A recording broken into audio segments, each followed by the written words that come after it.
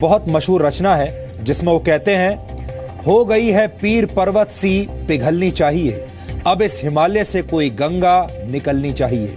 आज ये दीवार पर्दों की तरह हिलने लगी, शर्त थी लेकिन कि ये बुनियाद हिलनी चाहिए। आज हमारा पहला विश्लेषण भी पाकिस्तान की बुनियाद हिलाने का काम करेगा, क्योंकि आज हम बलूचिस्तान में पाकिस्तान के पापों का प्रसारण ग्राउंड जीरो से यानी सीधे बलूचिस्तान से करेंगे, वो भी पहली बार।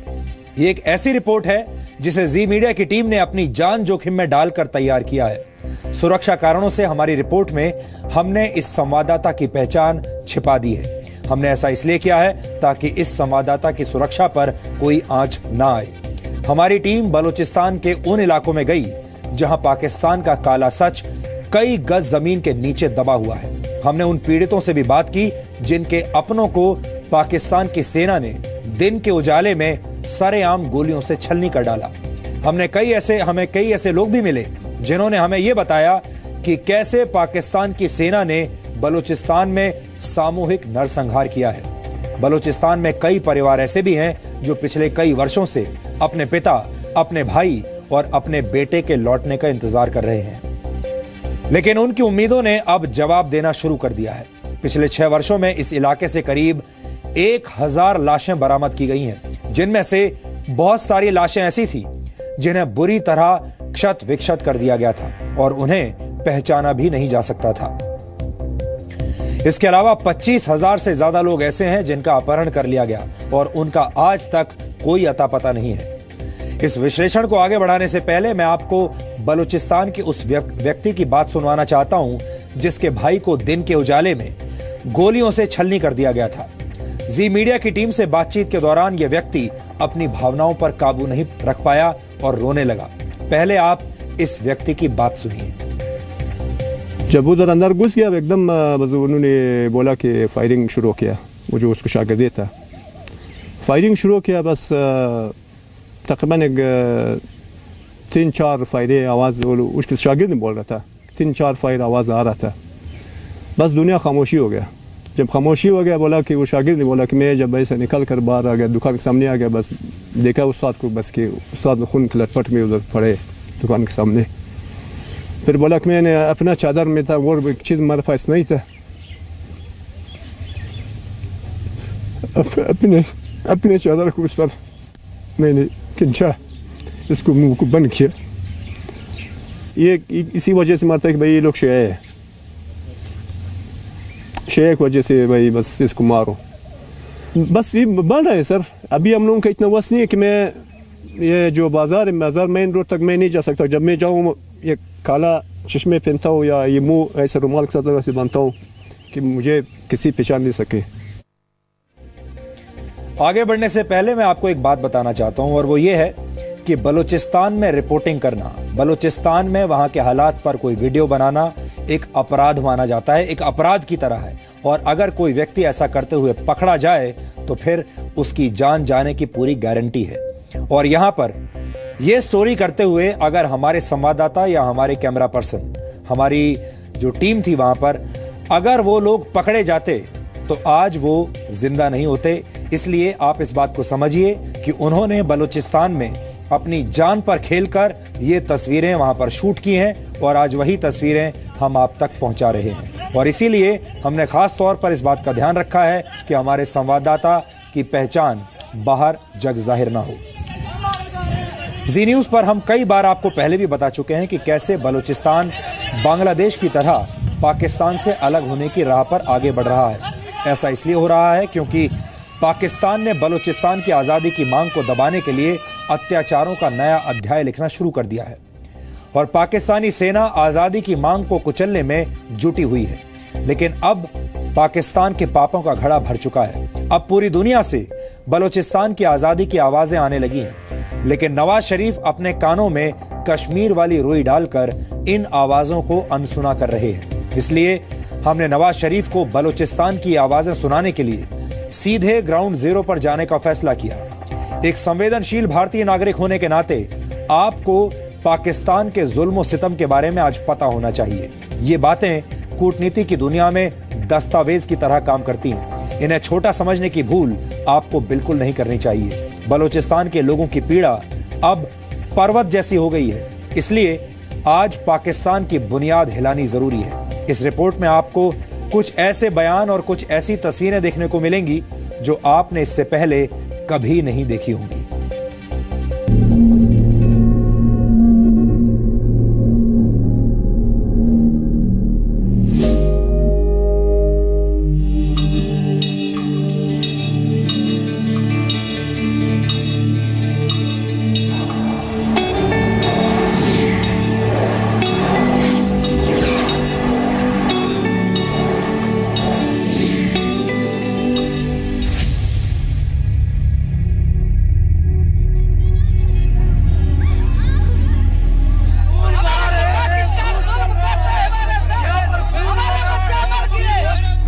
औरतों को उठा के लापता करके और उनके साथ किस तरह जुल्म करके और किस तरह तशद्दुद करके, यहाँ तक कि रेप सेल्स भी।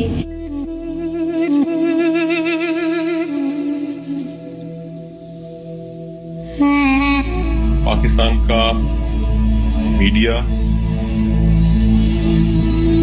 पाकिस्तान की फौज और पाकिस्तान की हुकूमतें, नुमाइंदा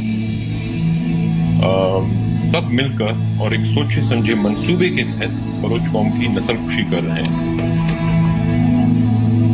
बलोचिस्तान के बारे में किसी मीडिया एंकर ने बात नहीं की। वहां पर जो जुल्म हुआ और या हो रहा है अब भी, लोगों को, हमारे भाइयों को, हमारे बहनों को हर दिन कत्ल किया जाता है, लोग घरों से घसीट के निकाला जाता है, मिसिंग होते हैं, उनको टॉर्चर किया जाता है, फिर उनकी लाशें रोड पर फेंक दी जाती हैं। सरेआम रोडों पर वीरानों में फेंक दी जाती हैं।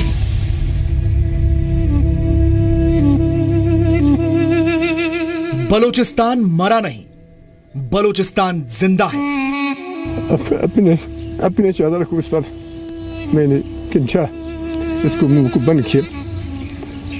ये इसी वजह से मारता है कि भाई ये लोग शिया है, शिया की वजह से भाई बस इसको मारो। टीवी पर पहली बार बलूचिस्तान से रिपोर्टिंग। पाकिस्तान के अत्याचारों पर सबसे बड़ी गवाही। टीवी पर पहली बार बलूचिस्तान से रिपोर्टिंग। बलूचिस्तान जिंदा है। कहते हैं चोर चोरी करने के बाद अनजाने में ही सही, लेकिन कोई ना कोई सुराग जरूर छोड़ जाता है ताकि पुलिस को उसे ढूंढने में आसानी हो। लेकिन पाकिस्तान एक ऐसा देश है जिसकी सेना बलूचिस्तान में चोरी भी करती है, निर्दोष लोगों की हत्या भी करती है और सारे सबूत भी छोड़ जाती है, लेकिन कोई उसका कुछ बिगाड़ नहीं पाता क्योंकि यह सब पाकिस्तान की मर्जी से हो रहा है। बावजूद इसके दुनिया में किसी को पाकिस्तान के पाप नजर नहीं आते। इसलिए हमने फैसला किया कि पाकिस्तान के पापों को वर्ल्ड टेलीकास्ट करने के लिए हम सीधे बलूचिस्तान जाकर ग्राउंड रिपोर्टिंग करेंगे। जी न्यूज पर वैसे तो हमने कई बार बलूचिस्तान के खामोश चीखें देश और दुनिया तक पहुंचाई हैं, लेकिन जब हमारी टीम ग्राउंड जीरो पर पहुंची तो हमें यकीन नहीं हुआ, क्योंकि वहां के हालात किसी आग की भट्टी में जलने वाले इंसान की तरह थे जो तड़प तड़प कर इंसाफ मांग रहा था। लेकिन जिस पाकिस्तान में आतंकवाद और आतंकवादियों की पूजा की जाती है, उससे एक आम नागरिक इंसाफ की उम्मीद कैसे कर सकता है? अगर कोई देश किसी आतंकवादी संगठन पर प्रतिबंध लगाता है तो यह प्रतिबंध हर उस संगठन पर लागू होना चाहिए जो आतंकवाद का समर्थन करता है। लेकिन पाकिस्तान में ऐसा नहीं है। बलूचिस्तान में ग्राउंड जीरो पर हमारी टीम की मुलाकात मुफ्ती कलीमुल्लाह से हुई, जो उस संगठन का सदस्य है जिसे पाकिस्तान में वैसे तो बैंड ऑर्गेनाइजेशन के लिस्ट में रखा गया है, लेकिन बलूचिस्तान में यह संगठन खुलेआम आतंक की फैक्ट्री चलाता है, वो भी राजनीति की आड़ लेकर। हर तबके के अफराद हमारे साथ हैं, वो कला बिरादरी से हो या मीडिया के लोग हो या इसके अलावा ताजिर बिरादरी हो या इस तरह दिगर कबायली रहनुमा हो, सारे तकरीबन इंशाअल्लाह ताला अल अज़ीज़ हमने पूरे बलूचिस्तान में उम्मीदवार खड़े किए। और फिर कभी JUIF के और तो कभी जनाब मुस्लिम लीग नून के तो कभी पीपल्स पार्टी के, हमने उनकी हिमायती की और अल्हम्दुलिल्लाह वो जीते हैं और हमारे वोट से ही जीते हैं। देखिए, एक तो है कि हम अहले सुन्नत वल जमात के हैसियत से मज़हब के तौर पर हम पहचाने जाते हैं, लोग हमारे कारकर्दगी से मुतमईन हैं, लोग हम पे एतमाद कर रहे हैं। गुज़िश्ता इलेक्शन में भी लोगों ने हम पे बहुत एतमाद किया है और आने वाला इलेक्शन में भी इंशाअल्लाह लोग हम पे एतमाद करेंगे। ऐसे संगठनों का काम भी एक समुदाय के लोगों को अल्पसंख्यक समुदाय के लोगों के खिलाफ भड़काकर पाकिस्तान की नफरत वाली सोच को बढ़ावा देना है। ऐसे संगठनों को बलूचिस्तान में पाकिस्तान सरकार का पूरा समर्थन हासिल है, जिसके दम पर वो अपनी मनमर्जी करते हैं। अहले तशय्युअ के लिए अलग कवानीन होने चाहिए, उन्हें उसी तरह पाबंद रखना चाहिए जिस तरह दिगर ममालिक में पाबंदी के साथ उन्हें एक मखसूस तबके के तौर पर रखा गया है। उन्हें जो है ना, हम इसी मौजू पर हम हुकूमत के साथ खड़े हैं, इदारों के साथ खड़े हैं, फौज के साथ खड़े हैं कि वो किसी भी ऐसे इक़दाम के लिए कदम उठाएं और अहले तशय्युअ को रोके, हम उनकी हिमायत करते हैं। हम इस सच को और भी करीब से जानना चाहते थे, इसलिए हमने क्वेटा जाने का फैसला किया, जहां हमारी मुलाकात शिया समुदाय के नेता रेजा वकील से हुई और उन्होंने जो कुछ भी कहा वो हैरान कर देने वाला था। बलोच इलाकों में मदरसों का बिल्कुल नामो निशान नहीं था। अब हम देखते हैं कि एक ही गांव में करोड़ों रुपए के एक नहीं बल्कि 6-6, 7-7 मदरसे हैं। आप कराची से निकले मकरान की तरफ जाएं, आपको देखेंगे कि बहुत से छोटे से एरिया में इंतहाई ज़्यादा खर्चे पर बनाए गए कई मदरसे हैं। तो लाजमी बात है, इन मदरसों को बनाया भी इसीलिए गया है ताकि एक ये जो जितने भी पॉलिसियाँ हैं, जिन मदरसों में ये तरबियत दी जा रही है, इस तरह की जो जहनीत जिस तरह जहाँ क्रिएट की जा रही है, मेंटलिटी जहाँ क्रिएट की जा रही है, उन पर हमारी हुकूमत का अभी तक कोई नज़र नहीं है कि किन किन मदरसों में किन किन इलाकों में ये मदरसे कायम है और उनमें किस तरह लोगों को रिलीजियस एक्सट्रीमिज़म की तरफ ले जाया जा रहा है।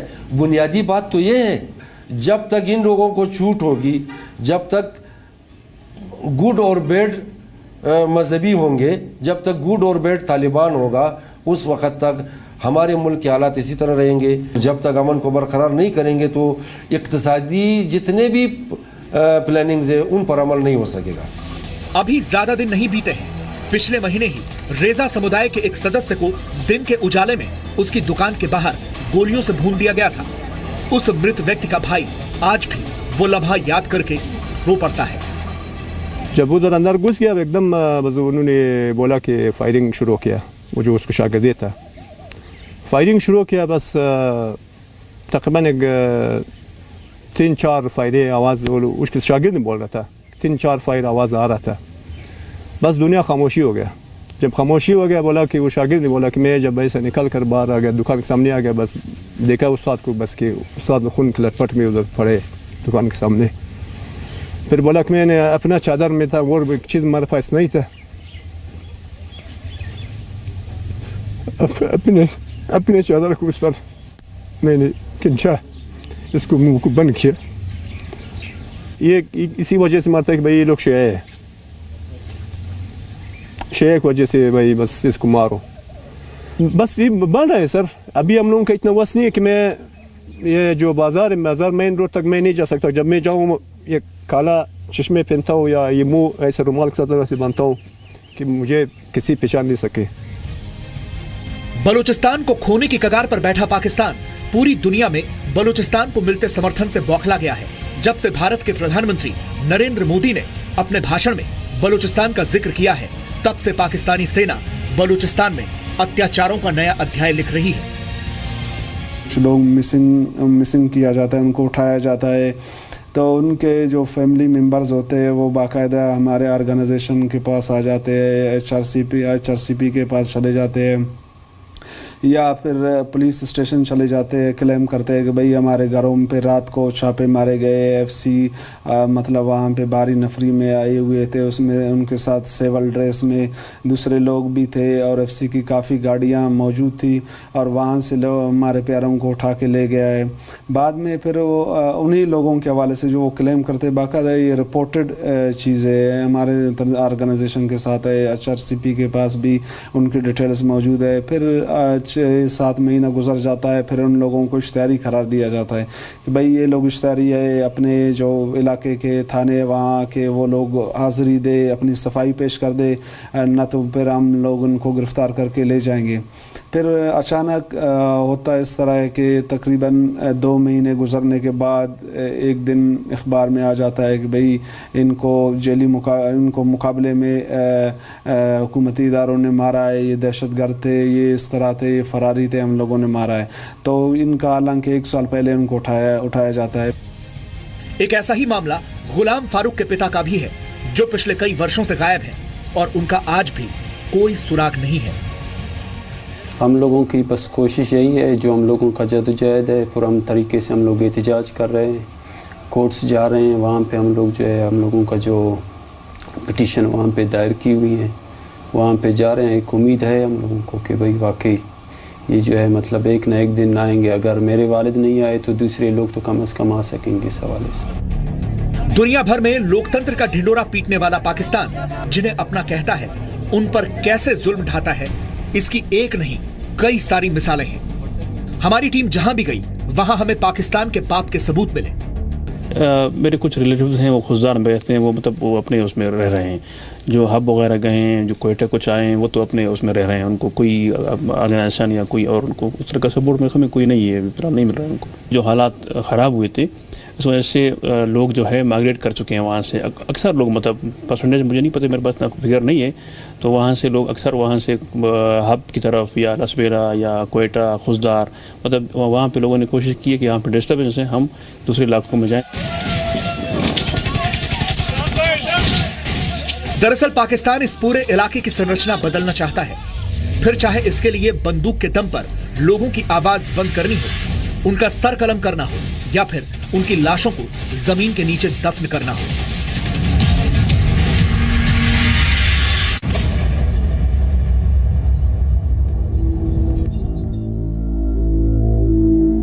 जो खौफ है कि भी इस बड़ी यानी तरक्की के जो रेल पेल होगा उससे हम अक्सर अक़लियत में तब्दील ना हो, तब वो उस तरक्की को अपना तरक्की समझकर इसको आगे बढ़ाएंगे। जितने भी ऑपरेशन हुए, इन 5 ऑपरेशन हुए, अब तक बलोचों को सफ़ाई से नहीं मिटा सके, तो इतना नुकसान हुआ।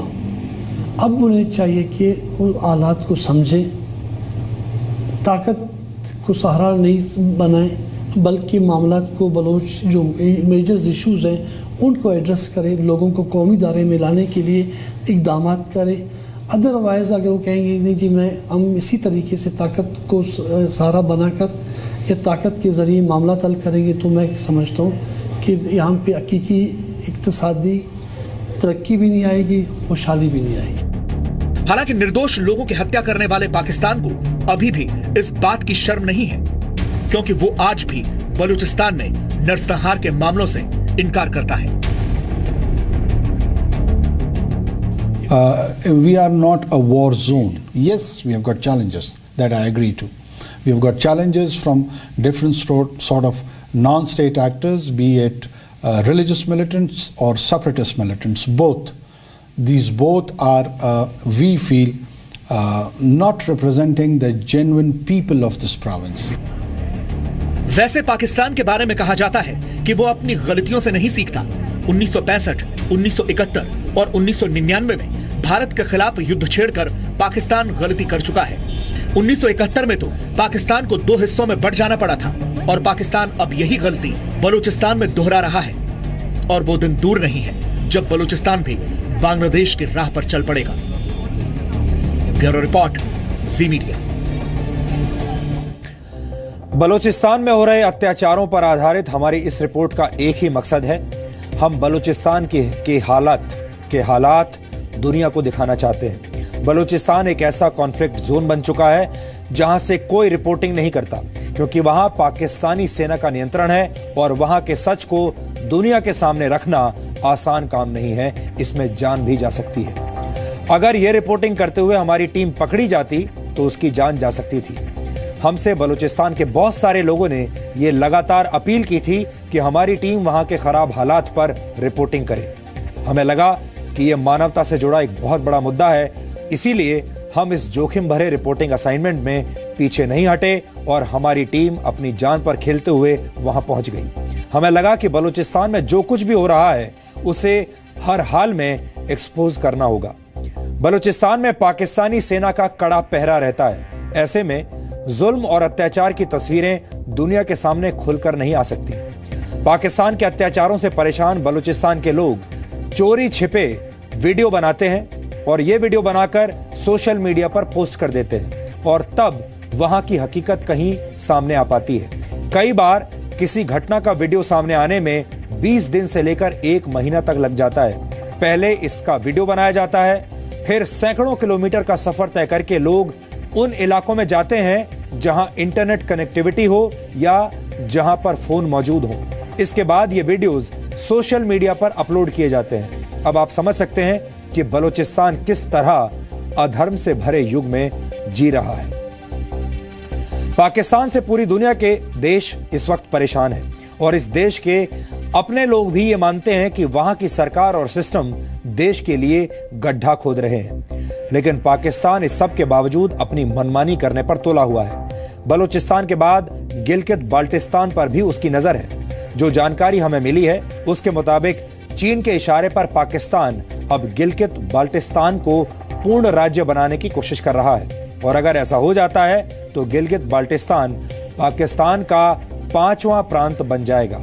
अभी तक मुख्य तौर पर पाकिस्तान के 4 प्रांत हैं, जिनमें पंजाब, सिंध, खैबर पख्तूनख्वा और बलूचिस्तान शामिल हैं। इसके अलावा फाटा का इलाका है जिसका प्रशासन सीधे पाकिस्तान सरकार के अधीन है, जबकि गिलगित बाल्टिस्तान एक स्वायत्त प्रदेश है जहां पाकिस्तान ने वर्ष 1947 में ही कब्जा कर लिया था।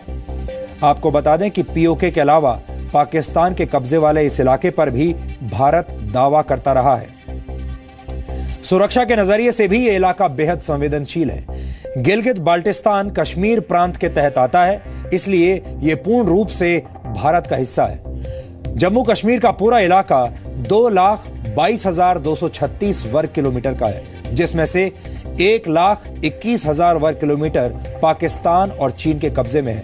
आप ऐसा मान लीजिए कि जम्मू कश्मीर का लगभग आधा हिस्सा चीन और पाकिस्तान के कब्जे में है, जबकि बाकी का आधा हिस्सा 1,01,387 वर्ग किलोमीटर क्षेत्र ही अब हिंदुस्तान के पास बचा है।